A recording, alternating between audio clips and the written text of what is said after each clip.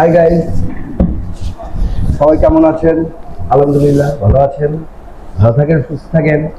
আমি বাবু এসডিএস ফালতু কথায় আপনাদের সবাইকে স্বাগত জানাচ্ছি। শুভ সন্ধ্যা।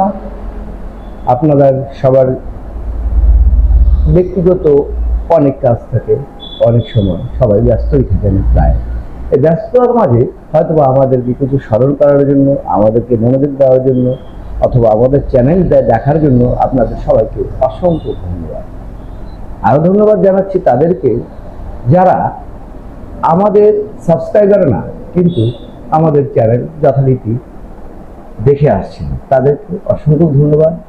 যদি পারেন আপনারা আমাদের সঙ্গে থাকুন। আর মজারিং এবং বিনোদনের জন্য আমরা সবসময় সর্বোপরি আপনাদের সেবায় নিয়োজিত। তো আজকে একটি ঘটনা বলছি যে জীবনে আমাদের কেমন হওয়া চাই। জীবন আমাদের কেমন হওয়া চাই। একটা বাঘ, সে জঙ্গলে বাচ্চা দেওয়ার পর তার মৃত্যু ঘটে যায়। এখন ছোট বাচ্চা, বাচ্চাটাতে তো আর জানে না সে বাঘ না কি। তো সে চলে গেল ভেড়ার পালের সাথে, ধীরে ধীরে বড় হওয়া শুরু হলো। আস্তে আস্তে সে ঘাস খাওয়া শুরু করলো এবং তারা যেভাবে নিজের জীবন যাপন করা শুরু করছিল, যেভাবে জীবন চালায়, ঠিক তদরূপ একই রকম তারা সেও বাঘটি তাদের মতোই চলা শুরু করলো। হাঁটা চলা, চাল চলন এবং তার স্ট্যান্ডার্ড সব একবারে হুবহু ভেড়ার মতো। তো একদিন অনাকাঙ্ক্ষিতভাবে বাঘ আক্রমণ করলো। তো বাঘ আক্রমণ করার পর সব ভেড়াগুলো পালিয়ে যাচ্ছিল, তার সাথে সে বাঘটিও পালিয়ে যাচ্ছিল। তো বাঘটি বললো ভালো কথা, ভেড়ারা পালাচ্ছে ভালো কথা, কিন্তু বাঘ আমাকে দেখে পালাচ্ছে কেন? ঘটনাটা কি? ঘটনা তো অনেক বিপজ্জনক। তো কোন রকম সে বাঘটিকে ধরলো। সে বাঘটি এখন বিনতি শুরু করলো যে ভাই আমাকে ছাড়ে দেন ভাই, আমার ভুল হয়ে গেল, আমি আর আপনাকে যখন দেখবো তখন কাছে আসবো। তখন বললো তুই আমার সাথে চল। যায় নদীর ধারে যায়, চেহারাটা দেখাচ্ছে, তোমার চেহারা আর আমার চেহারা দেখা, তুমি এবং আমি দুইজন একই প্রজাতি, আমরা বাঘ। আমরা কেন থাকবো হচ্ছে ভেড়ার পালের সাথে? তুমি কেন আমাকে দেখে ভয় পাচ্ছ? দেখো তুমি আর আমি আমাদের মতো তো পার্থক্য নয়। আমাদের চরিত্র, আমাদের বৈশিষ্ট্যই হচ্ছে আমরা শিকার করব, আমরা শিকার করে খাবো এবং আমাদের জীবন এভাবেই যাপন করতে হয়। তা আমরা শিকার করবো যাদেরকে, তাদের সাথে যদি তুমি একসঙ্গে বসবাস শুরু করো তবে তো হবে না।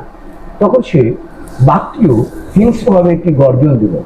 গর্জন দেওয়ার পর সে এখন আর ভেড়ার পালের সাথে থাকে না, সে একা থাকে।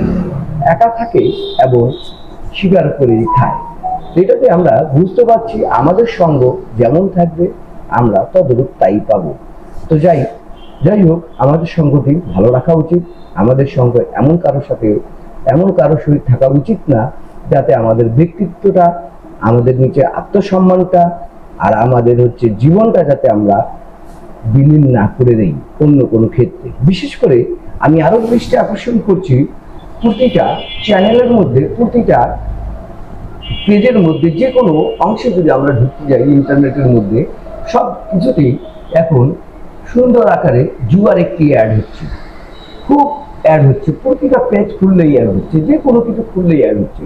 থেকে আমার কাছে, আমি আপনাদের কাছে বিচার দিলাম, আপনারা কি করবেন না করবেন জানি না, কিন্তু এদের প্রলোভনে এসে কখনো বিপদে পা দিবেন না। কারণ একবার যদি বিপদে পা দিচ্ছেন তবে আর জীবনে ফিরে আসা সম্ভব নয়। একবার যদি লোক ধরে যায় তবে আর জীবনে ফিরে আসা সম্ভব নয়। একবার যদি নেশা আপনাকে ধরে নেয় তবে সেই নেশা থেকে আপনি ফিরে আসতে পারবেন না। অতএব এই ক্যাসিনো বা এই গেমস খেলে আপনি টাকা উপার্জন করুন, এগুলাতে আপনারা সরাসরি ইগনোর করার চেষ্টা করুন এবং নিজের জীবনটাকে যেভাবে ভালোভাবে সৎ পথে উপার্জন করে চালানো যায় সেভাবেই আমরা আমাদের জীবন যাপন করব। আজ এই পর্যন্ত। আমি বাবু, আপনারা ভালো থাকুন। এসডিএস ফালতু কথা থেকে, এসডিএস ফালতু কথার পক্ষ থেকে আবারও আপনাদেরকে অসংখ্য ধন্যবাদ। ভালো থাকুন, সুস্থ থাকুন। I love